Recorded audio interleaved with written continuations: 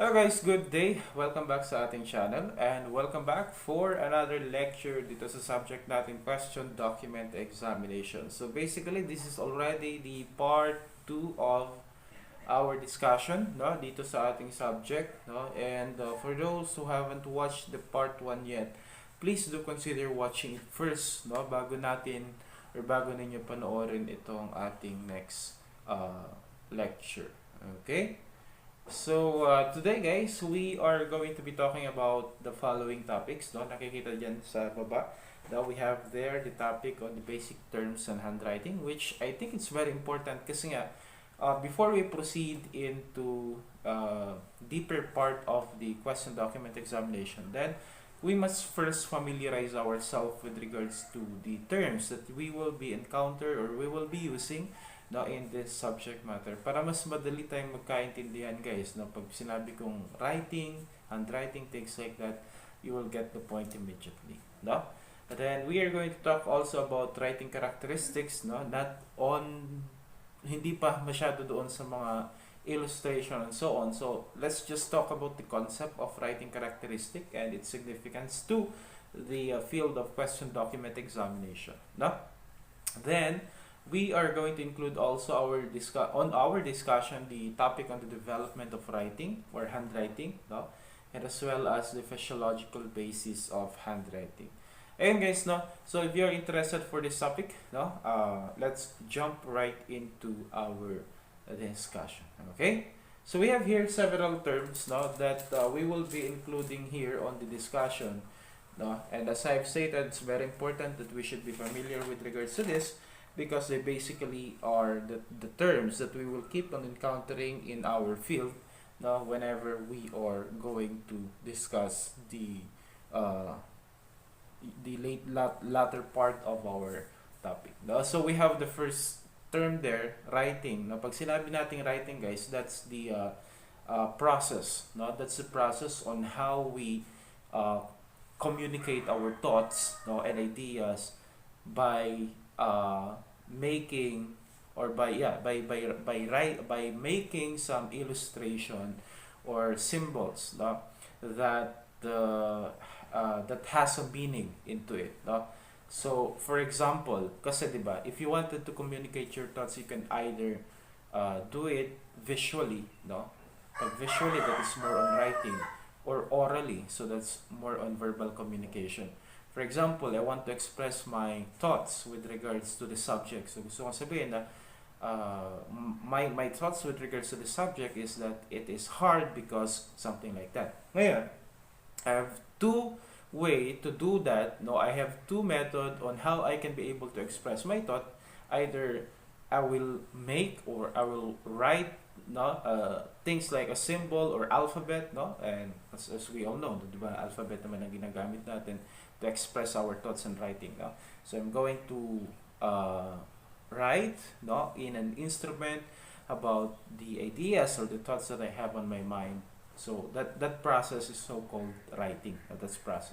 Now, kung gusto mo namang halimbawa, sabihin mo lang, no? Then that is verbal way of expressing your thoughts, no? Pero kung gusto mo visual, then you are doing the so-called writing. Writing is a process. Right? It's a process where we are communicating our thoughts and ideas, no, with the use of characters, specifically alphabet, no, symbols, illustrations, and the like. That is writing. No?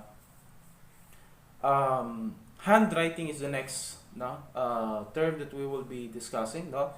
So for handwriting, well, basically that's a writing where you use your hand to produce it. No? I simply define it that way kasi nga, well, when it comes to writing kasi hindi lang naman ito dominated by handwriting, no? Which means that we can write, no, with the use of other parts of our body, no? Hindi kasi puro handwriting lang. For example, meron yung mga gumagamit ng kanilang bibig, no, to hold the finger, to hold the writing instrument, and that's how they were able to produce letters. That's how they were able to produce writing. So that's definitely not handwriting. No? Ano yun? Depends on what part of the what part of the body was used to produce that. Also, that if that's, for example, the lips was used or the mouth was used, so that's writing, no? Writing, but not handwriting. Kasi ang handwriting, well, basically, it is when you use your hand, no? As an instrument in order for you to produce the writings that you get. Some are also using their feet to write, no? So for handwriting, it's when your hand is the dominant part of your body that produces the writing itself. Okay? So, we also have their system of writing. Marami kasi tayong system of writing, guys, no? If we are, for example, talking about the alphabet itself, no? So, maraming uri ng alphabet. We have Chinese alphabet, we have Russian alphabet, we have Latin alphabet, no? For us, we adopted the modern English alphabet, no? So, this different form of writing are known as a system of writing. Ito yung kumbaga inadapt ng ating, halimbawa, ng ating school system, ng ating educational system as a form of as a form of writing. So we adopted the modern English alphabet. So we have the different letters there, no? So from A to Z, yan yung inadapt nating system of writing. But not everyone, no, not every country had adopted that. Meron din yung mga nag-adapt ng syllabaric or syllabary writing system where an example for that is like the Chinese character, Japanese character, na yung mga kanji na tinatawag natin. That is another form of writing, no?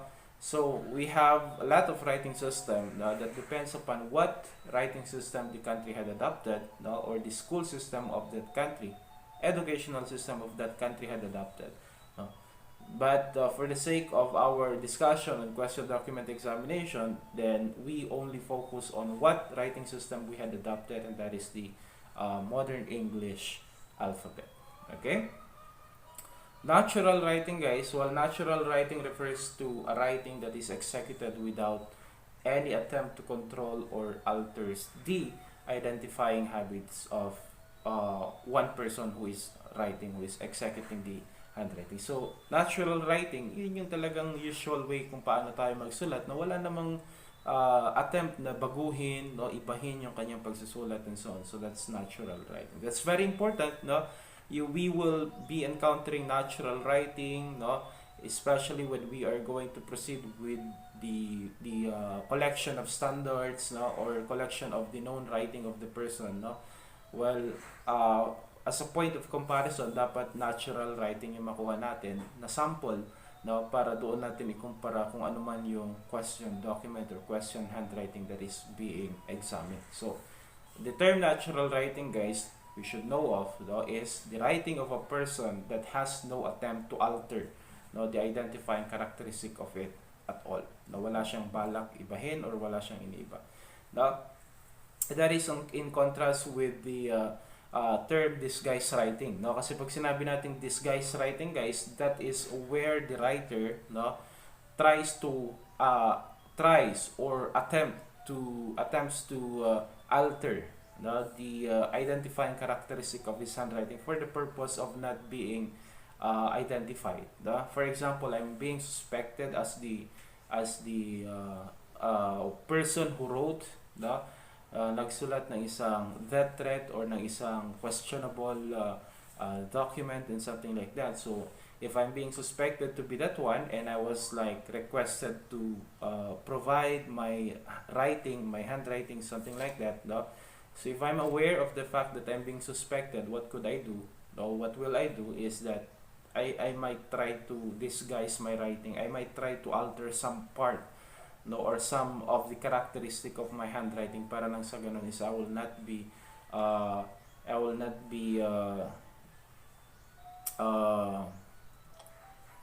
para hindi ako kumbaga mabuko, no, doon sa aking ginawa if I'm the author of that question document. So that's the essence of disguise writing. Anyway, more on to this now with regards to disguise writing, like for example, the things that we will be talking about disguise writing is what's the common method of how individuals are trying to disguise their writing, no? And we are going to talk also on uh, how can we identify whether a person is trying to disguise his handwriting and so on. So, more on that later on, no? Pag naabot na natin yung topic na yun. But at least we are familiar already with the term disguise writing. Natural, kapag walang attempt, no, na baguhin yung kanyang writing habits or writing characteristic. Disguise, if he tries to alter, no, or he tries to, change his usual writing habit for the purpose of not being identified, no? For the purpose of misleading, kumbaga, the investigator on implicating him to the crime being investigated. Okay? So, we also have there the term cursive writing. No? Pag sinabi natin cursive writing, guys, it's a style of writing which the letter R, no, joined together. Ito yung kumbaga is, how do we call this? In our dialect, agsisilpo. That's in Ilocano. I don't know, guys, in Tagalog. Basta yung magkakadikit siya, kumbaga. No, ito yung magkakadugtong yung mga sulat-sulat niya.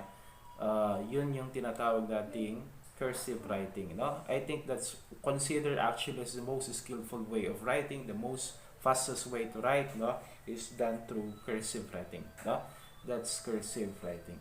Now, we have the term naman, no, yung hand lettering, wherein another form of writing where the letters are disconnected from each other. They're written separately. Magkakahiwalay letter per letter. For example, ito, yung presentation natin dyan, no? Yung word na hand lettering, diba? Tingnan natin, hindi siya magkakadikit, no? So, that is a hand lettering, no? Magkakahiwalay siya. Most likely, either they're capitalized, no? Or combination of a capital letter and small letter, no? But ang point there is that they are not joined together. Hindi sila magkakadikit. No, they were written separately. Like for example, you write letter H, no? Then you remove the pen again, then put it again in the paper to write letter A. So unlike cursive writing, wherein if you're going to write the word hand, no, once you put the pen on the paper, you're going to write continuously and only remove the pen once you are done with writing the entire word hand. Parang ganun. No? So that is the hand lettering. No? Magkakahiwalay. For holograph documents, now we discussed this already in our previous discussion. We talk about suicide note, we talk about diary, we talk about ano pa yan? Last will and testament that is written completely by one person alone with no witness and with no intervention of a lawyer, something like that. That's holograph documents. No? So a holograph document is a document which is completely written and signed by one person. No? These are documents that a person had written, no, by himself, no, signed by himself alone. No? So usually, sabi nga natin, when we are dealing with holograph documents or holographic documents, it is always being put into question, especially if it has some, judicial value out of it. No? Kung meron siyang pwedeng, pag meron siyang judicial value or judicial value. Okay. So, that is with regards to holograph documents, no? For signature naman, guys, signature is writing, no, or a name written by himself on the document as a sign of acknowledgement. So it could be in the form of symbol or scribble, no, depende kung paano yung gustong gawin ang signature ninyo. But usually the idea with regards to creating signatures that you try to distinguish yourself from among others, no?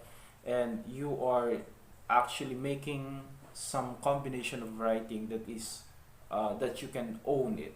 I mean that you can own it. That's very unique to you. So most of the signature that we can observe are actually quite complicated. That is for them to avoid being, forged, no? Para hindi sila madaling kopyahin, no? Kasi ang signature is like your password or passcode, something like that. And once your signature appears on a document, it means that you acknowledge the content of that document for whatever purpose it may serve. So signature is for the purpose, or signature is like a sign of acknowledgement, no? Kaya pag may signature ka sa isang document, ibig sabihin kung ano man yung nandoon sa isang dokumento na yan na pinirmahan mo is you acknowledge and you agree with all the things that appears in that document. So we must be very careful with regards to attaching our signature to whatever documents we are signing. No? Next is we have here, no, writing habit. Yeah, significant writing habit refers to the repeated elements or detail that may serve to individualize writing. So writing habit or the writing characteristic that we develop, no, in a form or in a manner that as a result of habituation, no. So ito yung mga kakaiba doon sa writing mo na kung saan is yun na yung nakasanayan mo that you are actually no longer much concerned about their appearance, no. For example, I'll give you, no,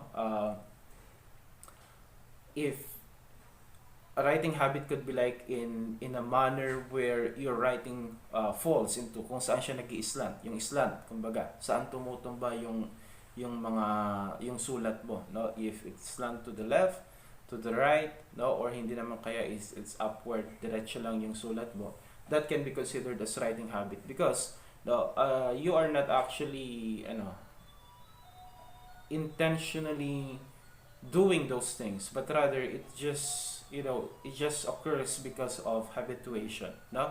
And they're very significant kasi nga they serve as an identifying mark or identifying characteristic to your handwriting.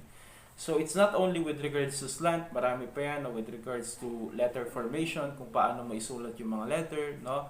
Meron din tayong mga individual design na ginagawa sa mga letters, parang nakakaiba siya, no, on how we attach diacritic, no, how we put space between words, no. Those are all part of the writing habit that we have, no. For significant writing habit naman, guys, this is applied, no, to any characteristic of handwriting that is sufficiently unique to that individual. So writing habit may be a general characteristic, no? It may be a general characteristic, like for example with regards to the letter formation that you have, are you writing in a cursive, no? Are you writing in a form of hand lettering, no? Things like that. So that is a writing habit. Now for significant writing habit this is a writing habit which is very unique to that specific person alone. And that is actually the basis for us in concluding whether two handwriting are the same or not, no? Tignan natin, or we try to examine the significant writing habit of that person. Like for example is mahilig siyang maglagay ng puso-puso doon sa kanyang as a diacritic. Like for example, he's writing letter I. Pag nagsulat siya ng letter I, yung diacritic niya is usually, halimbawa, tuldok lang. But for her or for him is drawingan niya ng puso. Diba? That could be a significant writing habit to that person. Specifically, that's very unique. No? A writing habit that's very unique to that person alone. No? So, marami tayong dapat pag-usapan with regards to writing habit later on kasi ang significant writing habit, as I've stated, will actually be the basis for establishing identity, no? In terms or in relation with handwriting examination. Okay? Now, in relation to that, let's talk about writing characteristics. No? So, writing characteristics, as we all know, refers to any property or mark which distinguish, no, one's writing to another person's writing. No? So the concept of question document examination is that, or handwriting examination is that we can identify or establish the identity of one person based on his handwriting, and what we are looking at are the writing characteristics. No? Ano ba yung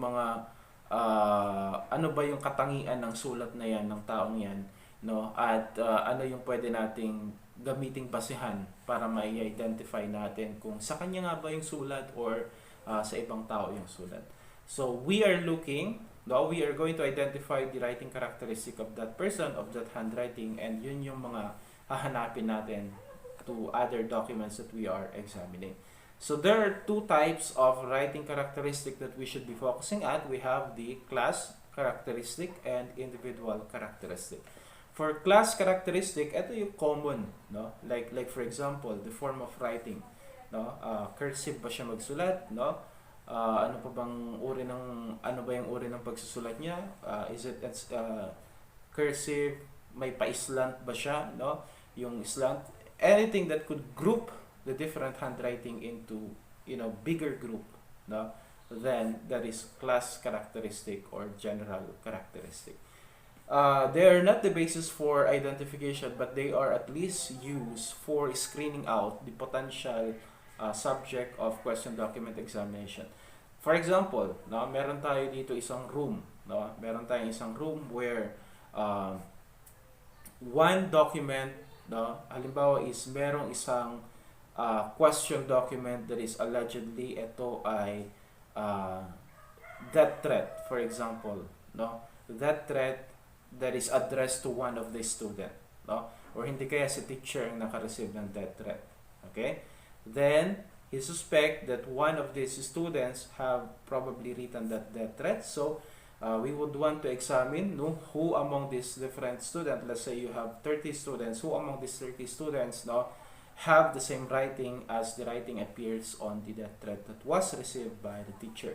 So what we can do is we are going to request, no, a sample of their handwriting, and we are going to classify them, no, based on their general characteristic para mas madali nating may screen out yung mga hindi potential suspect. Let's say for example, the handwriting is written in cursive writing, so lahat ng hindi cursive ang writing is already excluded as a suspect, and those who will remain are only those who have writing characteristic, who have cursive writing characteristic, the same as the suspected or the question document. No? So that's the purpose of that. But for identification, we are relying on the individual characteristic. Kasi, let's say for example, student A, cursive yung sulat niya, student B, cursive, student C, cursive din. Now,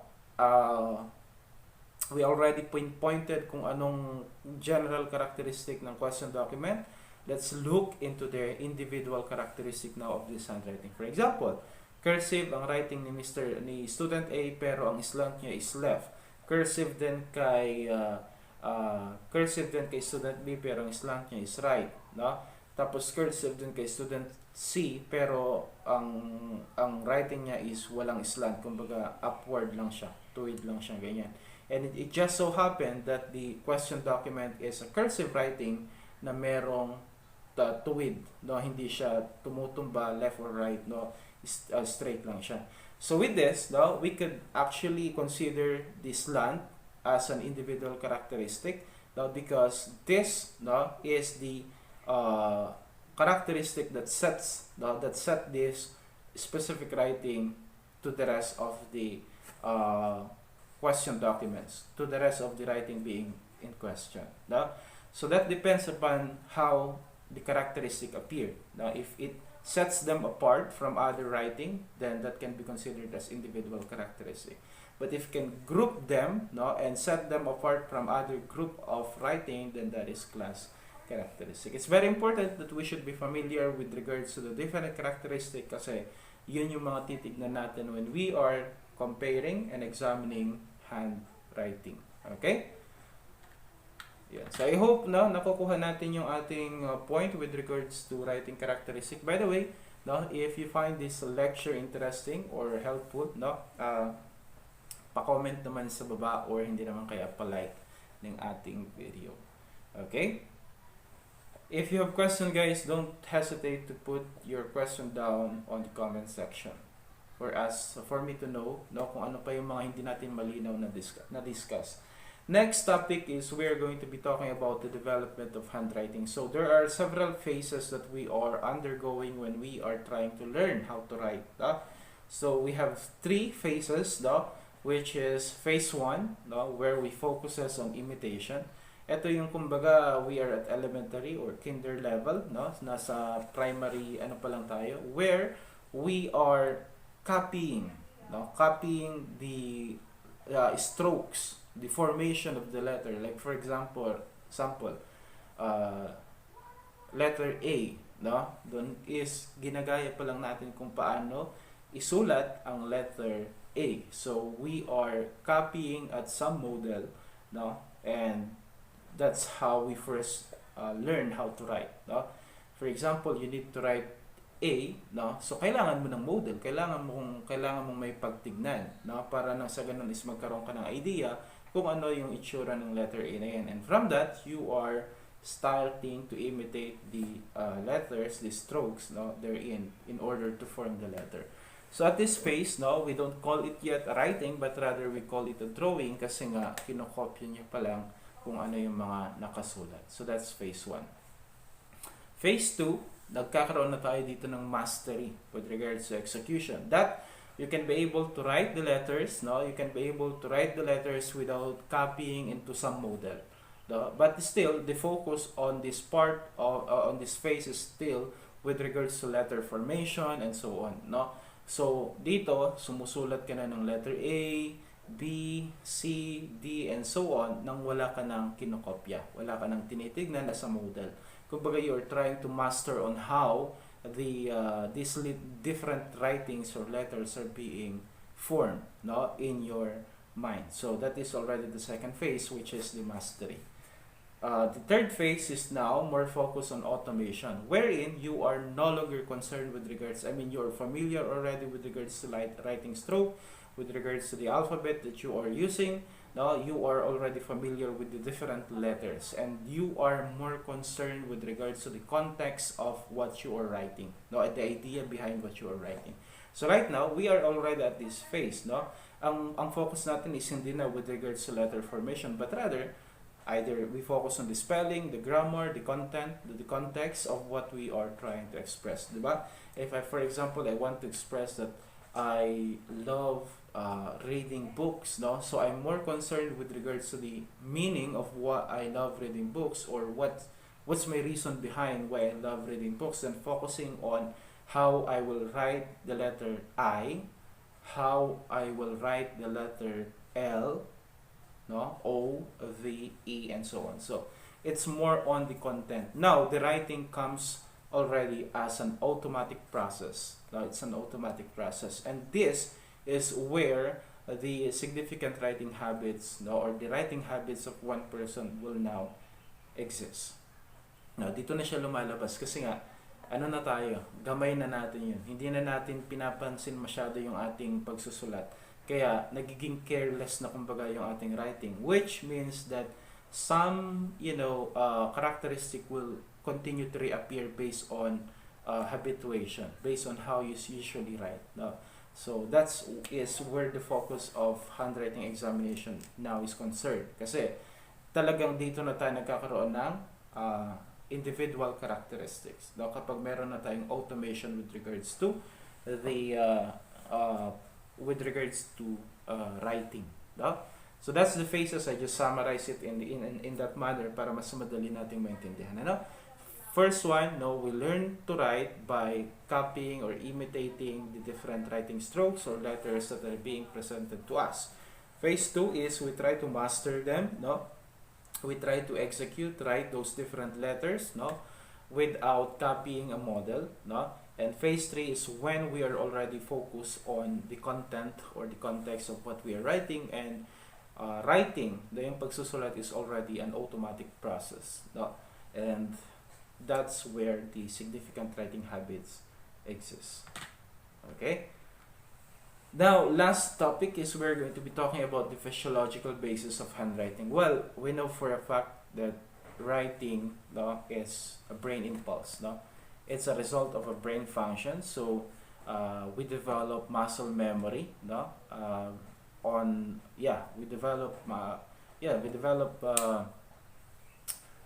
muscle memory on with regards to handwriting. So basically, it is the same concept as we try to learn how to talk, know how to walk, how to run, how to eat, things like that. Now that once you learn it, you can no longer unlearn it unless you try to alter the parts of your brain, something like that. And Now, because it's a brain function, then definitely it's affected also by changes or changes in emotion. No?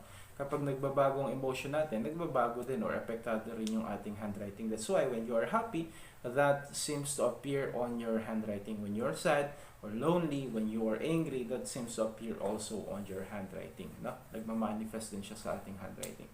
So sabi ko nga, it's basically a brain function. We try to learn it by developing a muscle memory with regards to writing, no? And then our thoughts can be communicated, no, into our muscles, no, which now involves the part of our body, and that's now produces the physical evidence of what we are thinking, and that is the writing, no? So from brain, no, transmitted to our to some part of our body involved in writing and extended to the writing instrument, and we produce that. So that's how we develop writing. Now it usually starts in brain, then transmitted to the different parts of our body, then that is also extended to the writing instrument that we are using. So yeah, now okay, so that's with regards to physiological basis of handwriting, and that's also the end of our lecture for today. Now, I hope I was able to impart some knowledge with regards to the topic I had just discussed. No? Next meeting, we will be talking about the different writing characteristic, and probably I will make some illustration out of it para mas maintindihan natin lalo. No? That's it, guys, for now. Thank you for listening. See you on the next lecture. Bye-bye.